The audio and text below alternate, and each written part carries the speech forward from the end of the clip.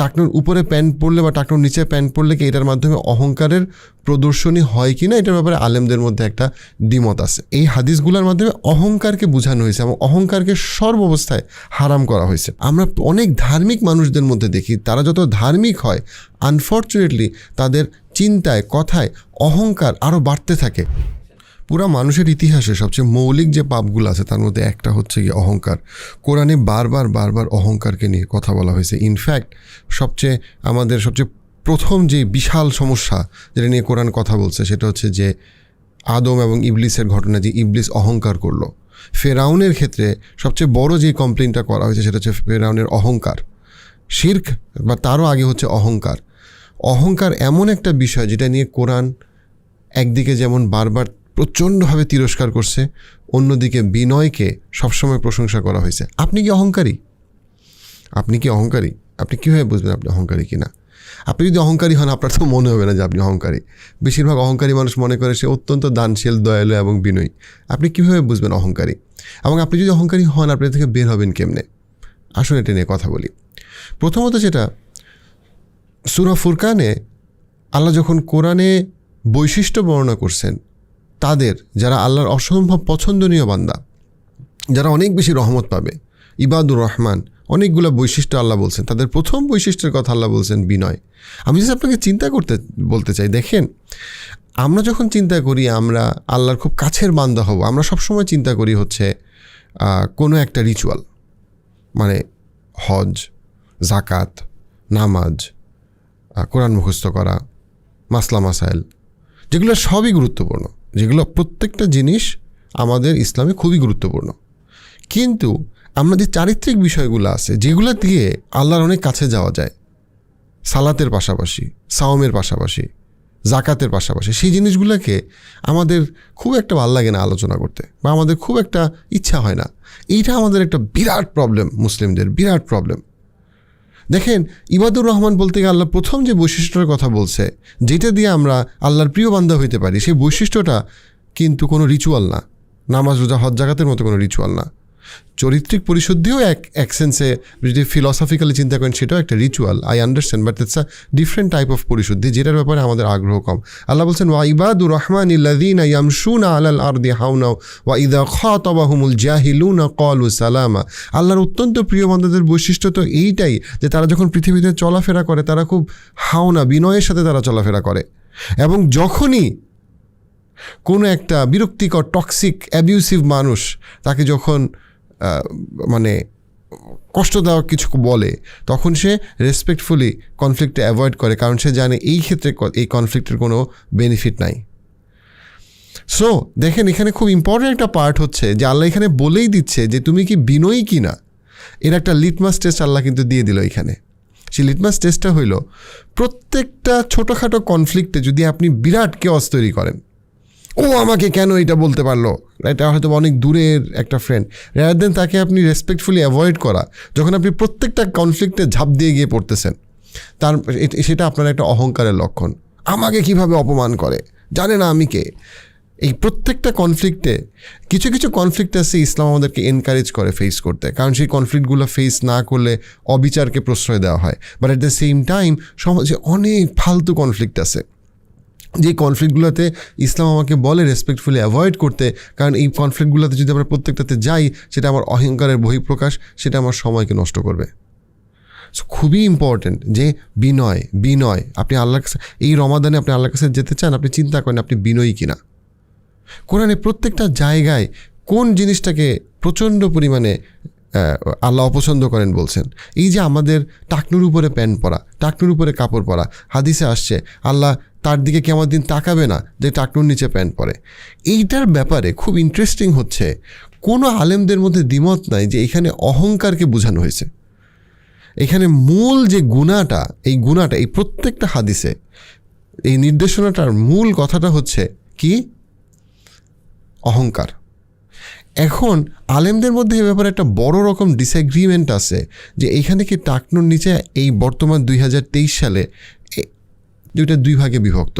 একটা ভাগ মনে করে যে এই যুগে টাকনুর নিচে প্যান্ট পরার কোনো যুক্তি নাই, কারণ এটার সাথে অহংকারের কোনো সম্পর্ক নাই। আরেকটা গ্রুপ অফ স্কলার্স মনে করে যে না, ডেফিনেটলি আমাদেরকে টাকনুর উপরে প্যান্ট যে কোনো মূল্যে পড়তে হবে। কেন? কারণ ওই যুগে রাসূলুল্লাহ সাল্লাল্লাহু আলাইহি ওয়াসাল্লাম যেটা বলে গেছেন সেটা আমাদেরকে আক্ষরিক, এটার যে মিনিংটা এটাই আমাদেরকে নিতে হবে। এই ব্যাপারে স্কলারদের মধ্যে একটা ভ্যালিড ডিসএগ্রিমেন্ট আছে।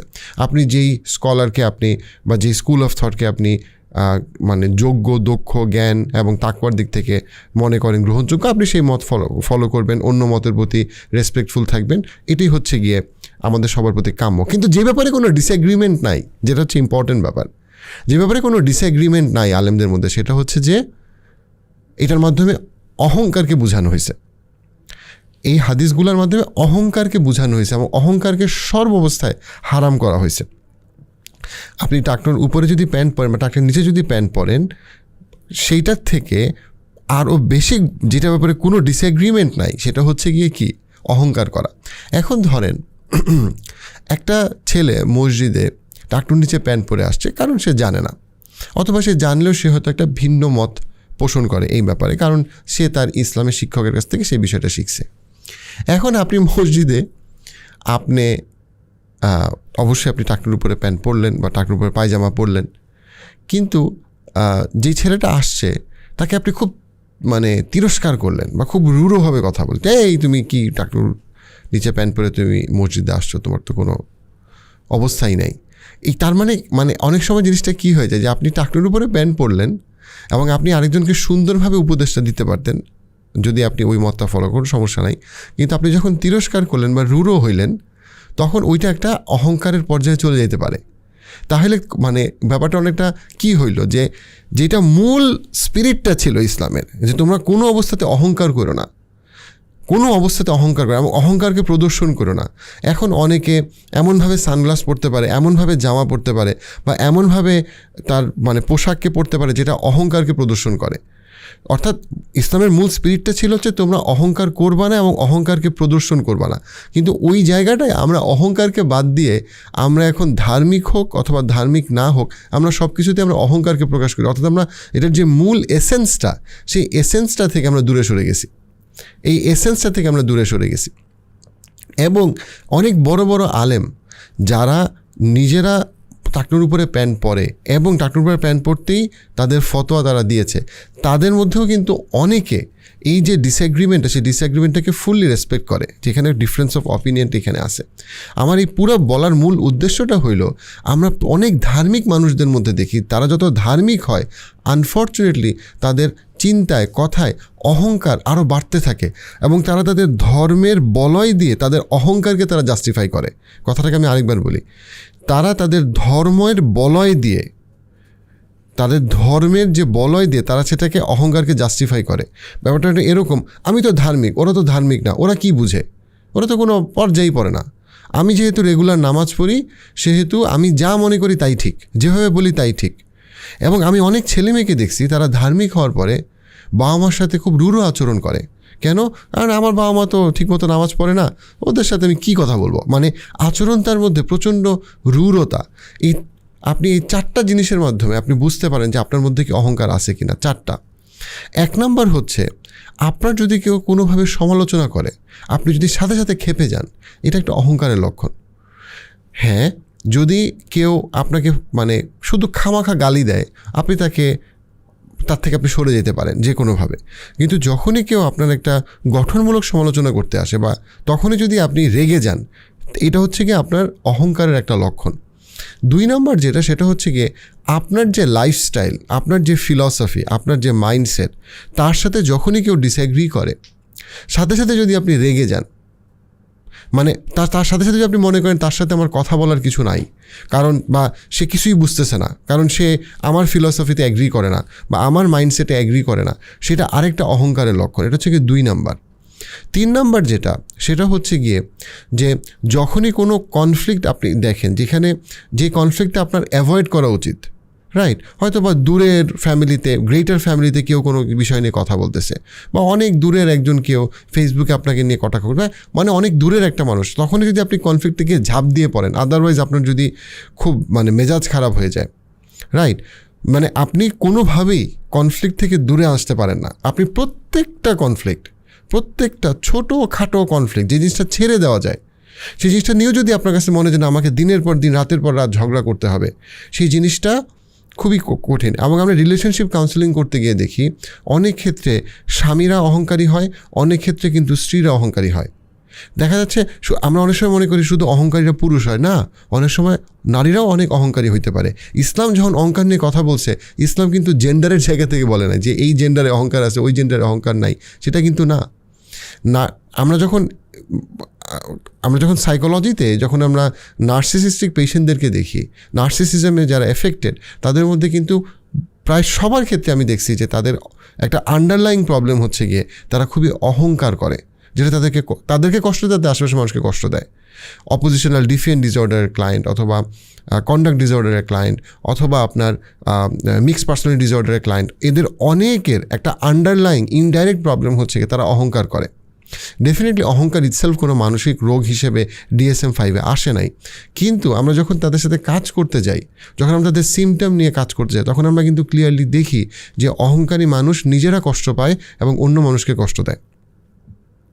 4 নাম্বার যে জিনিসটা আপনি বুঝতে পারেন যে আপনি কি অহংকার মানে করতেছেন কিনা, সেটা হচ্ছে গিয়ে আপনি কখনোই কোনো ব্যাপারে অন্য কারো সাজেশন নিতে পারেন না, অন্য কারো সাজেশন চানও না, অন্য কারো সাজেশন আপনি নিতেও পারেন না।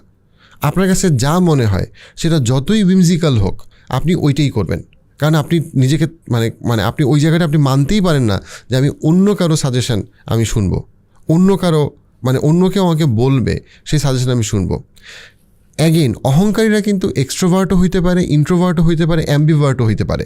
আমরা অনেক সময় মনে করি যে শুধুমাত্র এক্সট্রোভার্টরাই অহংকারী, না, আমি বহু ইন্ট্রোভার্টকে দেখছি তারা ক্লিয়ারলি অনেক অহংকার করে। তারা কোনোভাবেই অন্য কারো মতামত, অন্য কারো সাজেশন কোনো দিন নিতে পারে না, এবং তারা একেবারেই রিজিড। আমি যা মনে করি, আমি যেভাবে বুঝি, আমি যতটুকু মনে করি এক্স্যাক্টলি ওইটাই ওইভাবে ওইখানেই হইতে হবে। আর এর বাইরে কোনো রকম কোনো মতামতকে তারা নিতে বা তারা গ্রহণ করতে তারা রাজি না। আমি অহংকার থেকে বের হব কিভাবে? অহংকার থেকে বের হওয়ার জন্য একটা খুবই গুরুত্বপূর্ণ বিষয় যেটা আমাদের হাদিসে আসছে, সেটা হচ্ছে বেশি বেশি সালাম দেওয়া। পার্টিকুলারলি আমি যেটা এনকারেজ করব, আগে সালাম দেওয়া। আপনি আগে সালাম দেওয়ার চেষ্টা করেন, এইটা একটা বিনয়ের লক্ষণ। এবং সবসময় আশা করা, ও আমাকে দেখলে সালাম দিল না কেন, এটা ইটসেলফ একটা অহংকারের লক্ষণ। আপনি মুসলমান, আপনি একটা মুসলমানকে দেখলে সালাম দিবেন, সে আপনার ছোট হোক বা বড় হোক, এটা আপনার জন্য ভালো, এটা আপনার জন্য ভালো। আপনি আগে সালাম দিবেন, আগে সালাম দেওয়ার চেষ্টা করেন, এটা আপনার অহংকারকে কমাবে। 2 নম্বর যেটা, সেটা হচ্ছে সর্বাবস্থায় চেষ্টা করবেন আল্লাহর জিকির করতে, কারণ আল্লাহর প্রত্যেকটা জিকিরের মধ্যে আল্লাহর বড়ত্ব এবং আপনার ক্ষুদ্রতা দেওয়া আছে। যেমন আল্লাহু আকবার, আল্লাহু আকবার মানে কি? আল্লাহ সব কিছুর থেকে বড়, মানে Allah is greater than all, right? অর্থাৎ আল্লাহু আকবার বলার মাধ্যমে আমি আমার ক্ষুদ্রতা এবং আল্লাহর বড়ত্বকে আমি স্বীকার করতেছি। আপনি যখন জিকির করবেন, বুঝে বুঝে জিকির করবেন, সুবহানাল্লাহ, আলহামদুলিল্লাহ, লা হাওলা ওয়ালা কুওয়াতা ইল্লা, আপনি যখন লা হাওলা ওয়ালা কুওয়াতা ইল্লা বিল্লাহ, আপনি যখন বুঝে বুঝে জিকির করবেন, তখন কি হবে? আপনি আপনার ক্ষুদ্রতা আপনি বুঝতে পারবেন এবং আল্লাহর বড়ত্ব আপনি বুঝতে পারবেন। তখন আপনি বুঝবেন, আমরা যেমন নামাজে ধনী গরিব সবাই একসাথে দাঁড়াই, একইভাবে আমরা কবরেও একসাথে আমরা শুয়ে পড়ব। সো ওইখানে কোনো ধনী গরিব বোঝা যাবে না। আমাদের দিনও ওইভাবে কোনো ক্লাস, কোনো শ্রেণী বৈষম্য আসবে না। আমরা যেন তাকওয়ার ভিত্তিতে শুধুমাত্র আল্লাহ মর্যাদা নির্ধারণ করবে। সো আমরা এটার মাধ্যমে আমরা অহংকার থেকে বাস করতে পারি, মানে অহংকার থেকে বেঁচে থাকতে পারি। 3 নাম্বার যেটা, সেটা হচ্ছে গিয়ে অ্যাক্টিভলি বিভিন্ন ডিসিশনে মানুষের সাজেশন নেওয়া। অ্যাক্টিভলি আপনি আপনার স্ত্রীর সাজেশন নেন, আপনার বাবা মার সাজেশন নেন, আপনার ছেলে মেয়েকে জিজ্ঞেস করেন কী হইতে পারে। আপনি যদি অফিসের বস হন, আপনি বাকিদেরকে জিজ্ঞেস করেন কী হইতে পারে। এই যে আপনি সাজেশনগুলো নিচ্ছেন, এই সাজেশনগুলোর থেকে একদিকে আপনার অহংকার কমবে, আরেকদিকে আপনার দৃষ্টিভঙ্গি বাড়বে। 4 নাম্বার যেটা আমি বলবো, সেটা হচ্ছে আপনি যে আইডিওলজিতে বা ফিলসফিতে বিশ্বাস করেন, তার বিপরীত যারা চিন্তা করে তাদের বই পড়েন, তাদের লিটারেচার পড়েন। কেন? তাতে আপনার পার্সপেক্টিভ বাড়বে, তাতে আপনি একটা জিনিসকে অনেক দৃষ্টিভঙ্গি থেকে দেখতে পারবেন। এটা আপনার জ্ঞান এবং প্রজ্ঞাকে বাড়াবে এবং অবশ্যই অহংকারকে কমাবে। আল্লাহ এই রমাদানে আমাদের প্রত্যেককে অহংকার থেকে রক্ষা করুক, কারণ আপনি যদি অহংকারী হন, তাহলে আল্লাহ কিন্তু আপনাকে হয়তো ক্ষমা করবে না। শিরক এবং কুফরের রুটটা কি? রুটটা কিন্তু অহংকার। শিরক এবং কুফরের, যেগুলো হচ্ছে কি আমাদের ধর্মের সবচেয়ে খারাপ গুনাহ। তা আপনি যদি চিন্তা করেন যে মানুষ কেন বুঝে শুনে শিরক করে বা বুঝে শুনে কুফরি করে, এটা কিন্তু মূল কারণ হচ্ছে কি অহংকার। আল্লাহ আমাদের সবাইকে অহংকার থেকে রক্ষা করুক।